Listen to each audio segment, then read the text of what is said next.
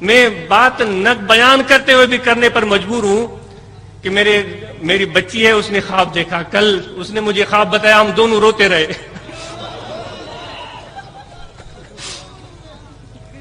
یہ کوئی ایسے میں بیان نہیں کرنا چاہتا تھا لیکن مجبور ہوں، کیونکہ اہل بیت سے بڑا اتنا پیار ہے کہ سینے میں کو میں اپنے دل کو اہل بیت سے پیار سے پھٹتا ہوا محسوس کرتا ہوں۔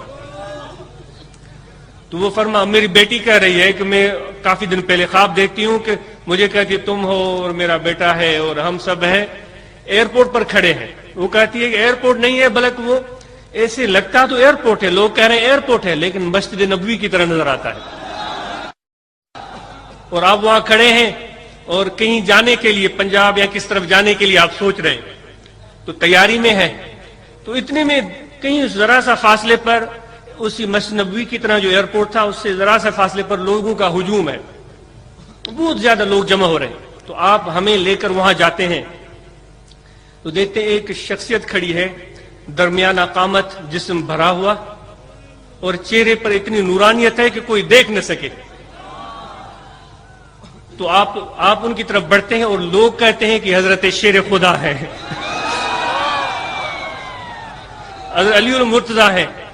تو جب وہ ہم خادموں پر سونا سائیں کے غلاموں کو دیکھتے ہیں تو مسکراتے ہیں اور آپ ان کے غلاموں کو گلے لگاتے ہیں اور فرماتے ہیں کہ آپ پوچھتے ہیں کہ آپ کیسے یہاں تشریف لائے؟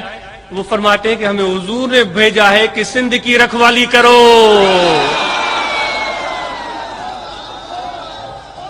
سندھ کی رکھوالی کرو، سندھ میں تبلیغ کرو اور سندھ کی رکھوالی کرو۔ ہمیں کیا فکر ہے، ہمیں کیا فکر ہے جب آقا کے اہل بیت کی نظر ہے، آقا کی نظر ہے، اور ہمیں کیا چاہیے؟ لوگ ڈر کر یہاں سے بھاگ رہے ہیں لیکن آقا کا حکم کیا ہے وہ آقا جانتے ہیں۔ لوگ یہاں سے ڈر کر بھاگ رہے ہیں۔ جس طرح ہاشمی صاحب یو کے پہنچا، وہ بات نہیں بتاتا کہ یو کے گیا ہوں، اب کہہ رہا ہے مدینے پہنچ گیا ہوں۔ لیکن الحمدللہ جو سندھ میں رہنے والے تمہیں نہیں گھبرانا چاہیے۔ سندھ کیا ہے، پورے پاکستان پر میرے آقا کی نظر ہے۔ تو اس لیے اہل بیت کی محبت اور عشق تمہارے سینے میں ہو، حضرت شیر خدا کی محبت اور عشق تمہارے سینے میں ہو۔ جتنی محبت اہل بیت کی تمہارے دل میں ہوگی اتنا عشق تمہارا حضور سے بڑھے گا۔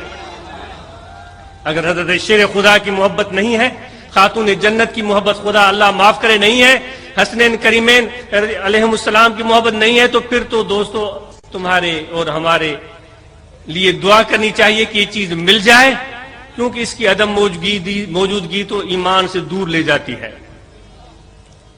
اب ذکر کرتے رہو اور مراقبہ کرو، روزانہ کچھ ٹائم بیٹھ جاؤ، آنکھیں بند کر لو، زبان تالو کے ساتھ چسپان ہو، توجہ دل میں رکھو کہ دل میں ذکر ہو رہا ہے اللہ اللہ اللہ اللہ اللہ۔